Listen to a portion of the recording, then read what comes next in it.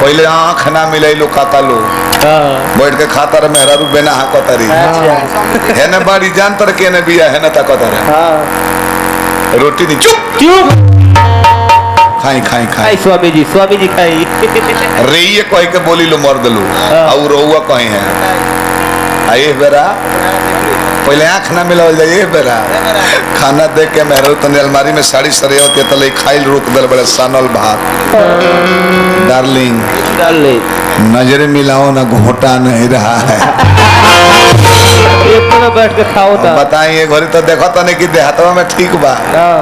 शहरिया में झाड़ू से मार के ससुर के बहरी व्यवस्था कोई तरह सके तो हीरोइन पतो हो जाइल भी होता ना वैसा हमने के देहात के वृद्धाश्रम में जाता पूर्णिया जाई बड़का बड़का इंजीनियर डॉक्टर के घर देख ली शहर में तो भर खोखे लगला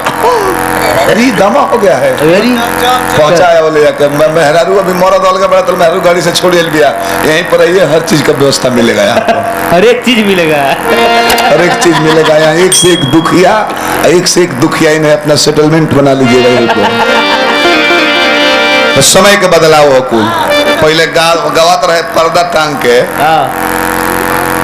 आड़ा से मेहरारू लोग आई कि गाय के गोबर महादेव अंगना लिपाए गवाए तिलक होके चाहे बारात होके बड़ा गवाता बाकी पर्दा से आड़ को के ना